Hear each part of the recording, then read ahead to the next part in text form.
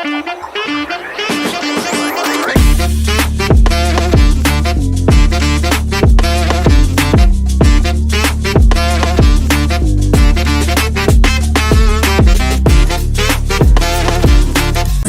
warahmatullahi wabarakatuh.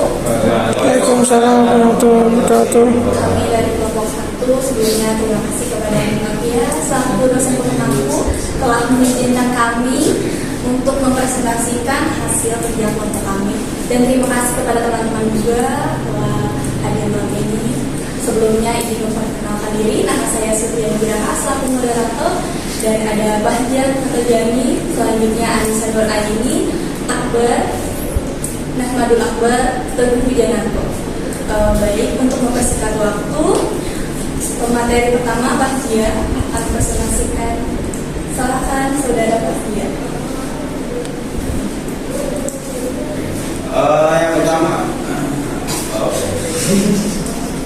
Yang pertama adalah pengertian kinerja. Di kinerja adalah hal yang sangat penting untuk kemajuan suatu organisasi atau perusahaan.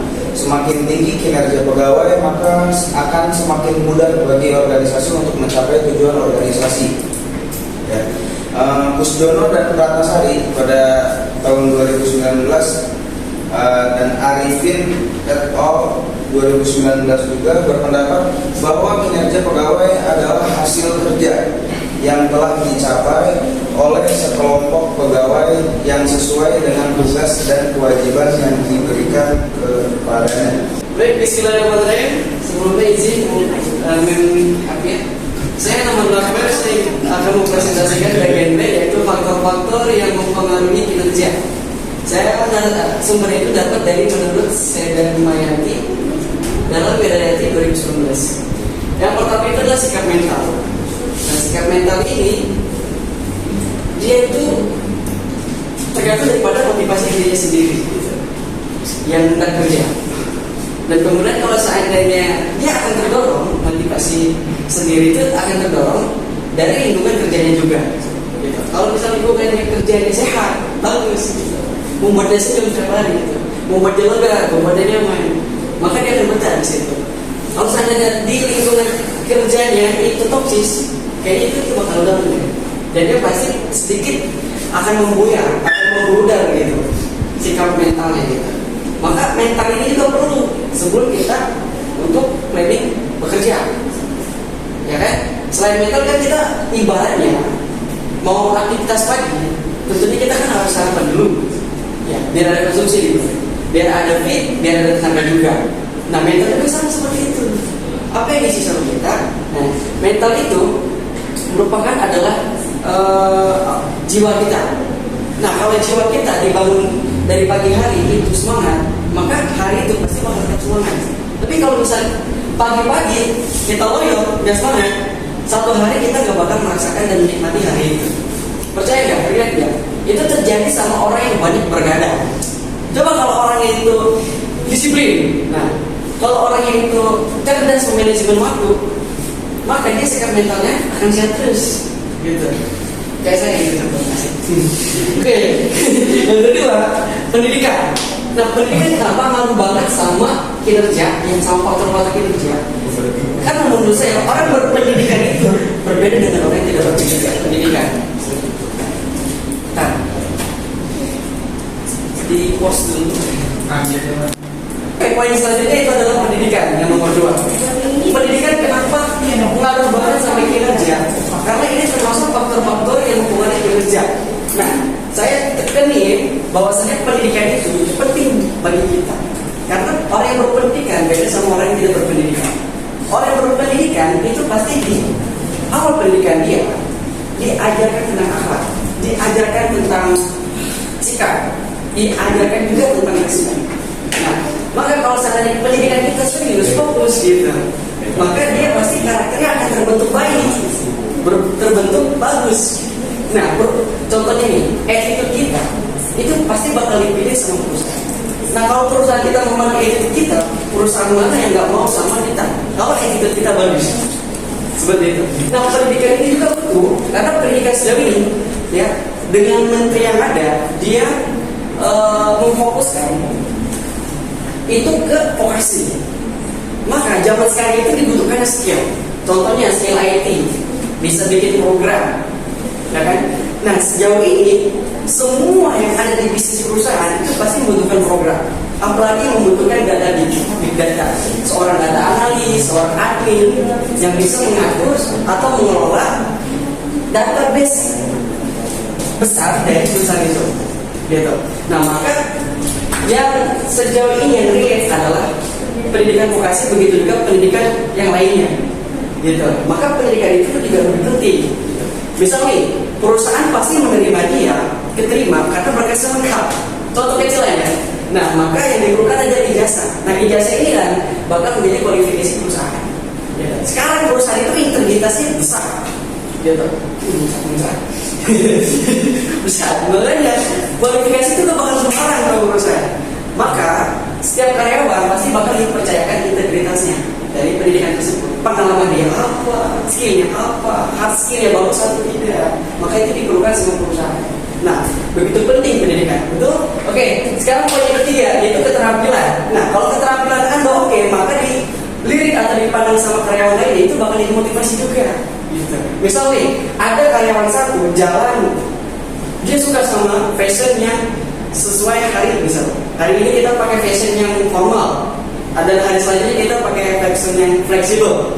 Nah kalau misalnya hari ini kita pakai fashion formal, maka kita harus mengikuti aturan daripada perusahaan.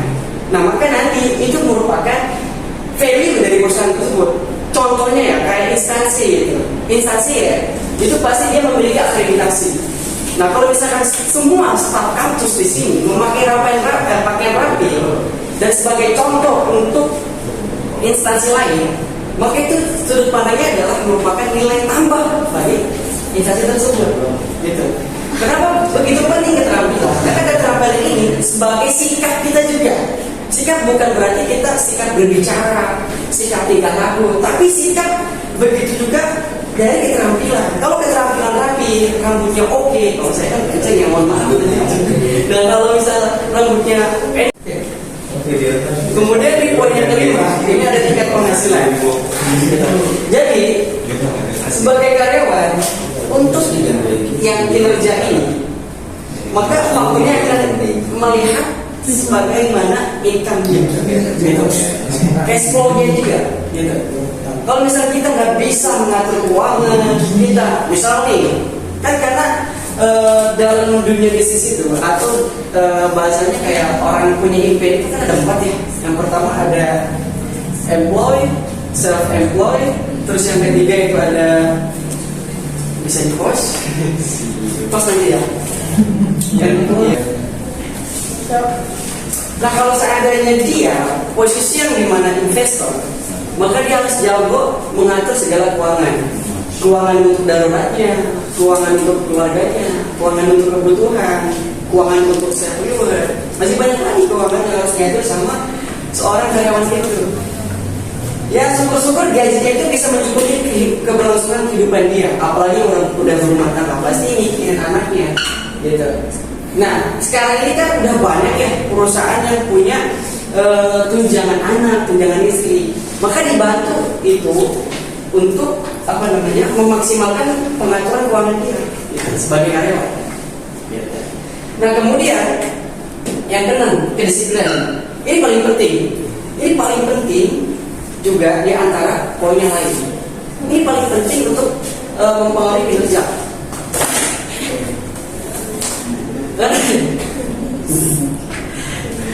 Kenapa paling penting? Ini disiplin ini kalau misalnya kita oke lah, saya punya target jangka pendek, saya 1 bulan itu pengen full banget kerja biar supaya nanti gajinya juga full.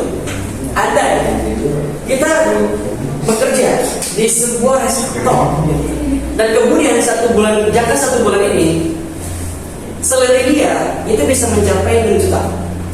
Nah kalau misalnya dia nggak hadir dalam 1 hari atau 2 hari, maka salary resikonya kan berpotong.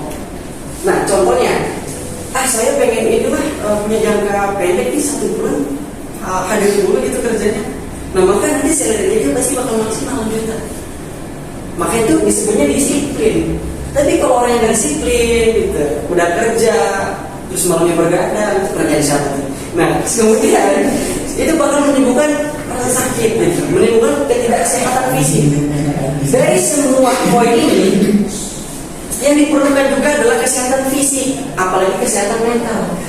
Gitu. Mohon maaf, ada kebanyakan orang yang misal pelosok kampung lah, ya saya bukan gibah ya, tapi emang kenyataannya banyak. Anak muda sekarang itu pengen enak, punya duit tapi nggak ngapa-ngapain. Tapi pengen dia punya duit harus kerja. Semuanya itu kalau pengen punya duit kita kerja, usaha, gitu. Ada kebanyakan udah lah kita, gitu, mesin berkas, keterima, lolos dari HRD, kerja, nggak tahu kita down di pertengahan jalan. Nah, maka dari itu mental ini yang perlu disiapkan. Coba kalau mental kita lemah, kan ada kata-kata ini buat laki yang hebat hanya seperti baja, seperti itu. Oke, mungkin itu saja yang saya paparkan dari B faktor mempengaruhi kinerja. Selanjutnya akan dijelaskan oleh narasumber yang lain. Terima kasih.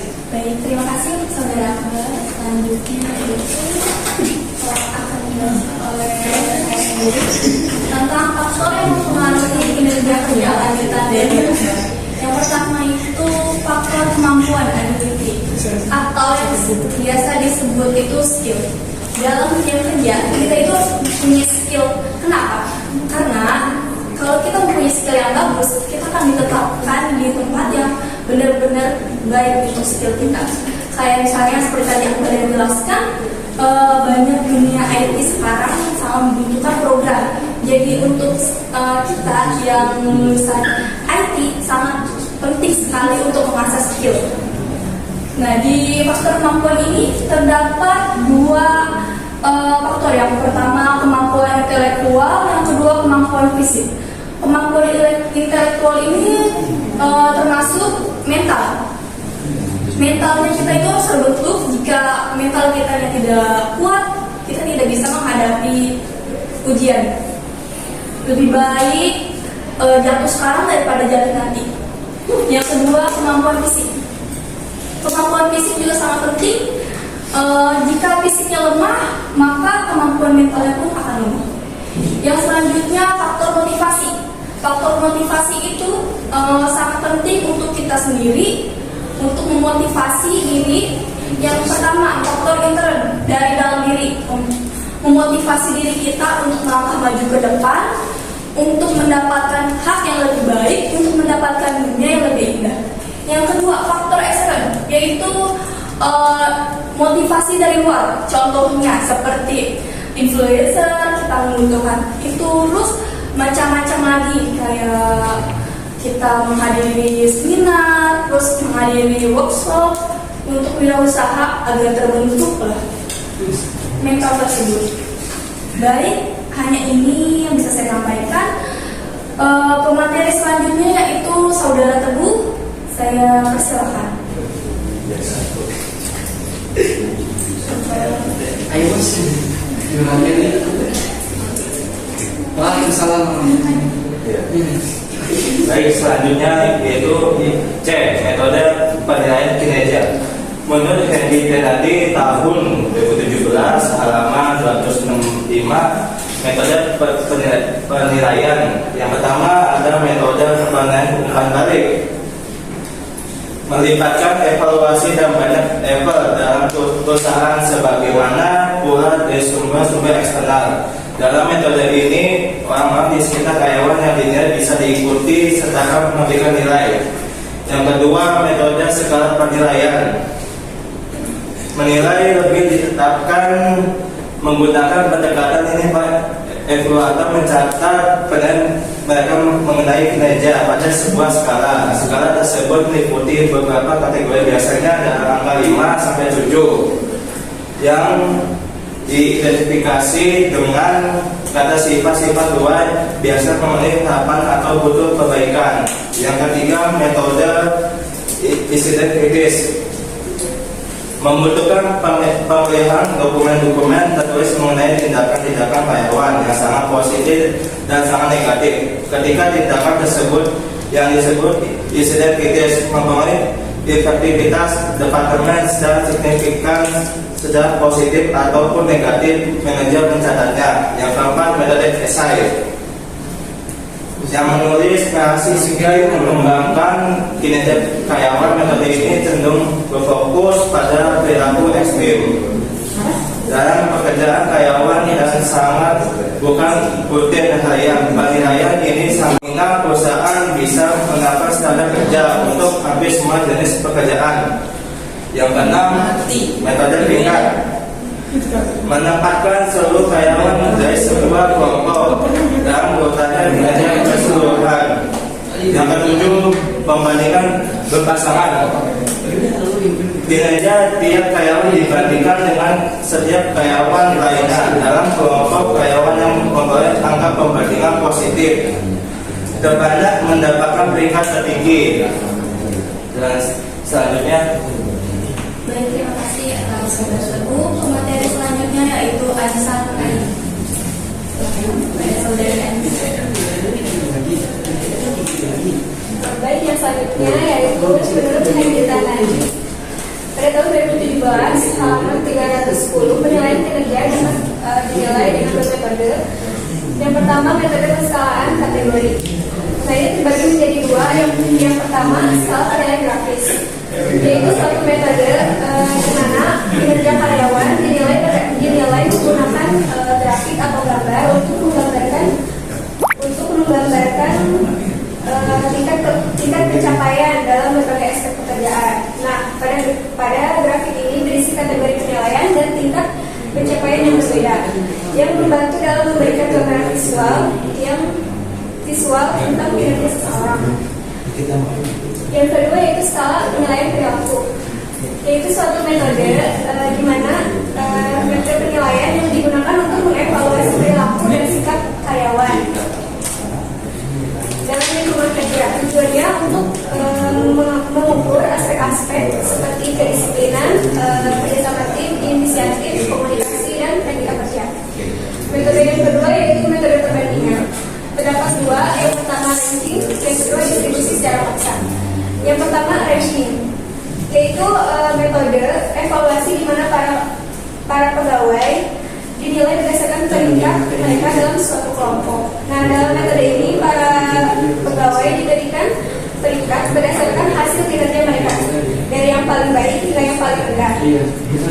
Yang selanjutnya yaitu distribusi secara paksa, yaitu memberikan peringkat atau penilaian tertentu dalam sekelompok karyawan tanpa mempertimbangkan perbedaan kualitas kinerja mereka.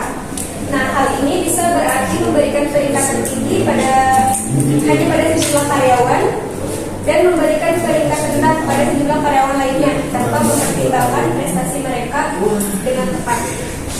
Baik, itu saja yang dapat saya sampaikan. Terima kasih.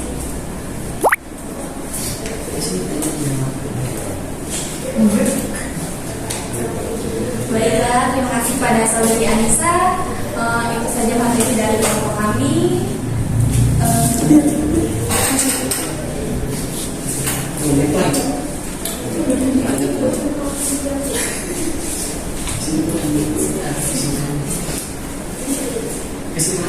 Baiklah, kesimpulannya itu teori kinerja kerja atau teori performasi umumnya mengacu pada berbagai pendekatan dan model yang digunakan untuk memahami, mengukur, dan meningkatkan kinerja individu, kelompok, atau organisasi dalam berbagai konteks.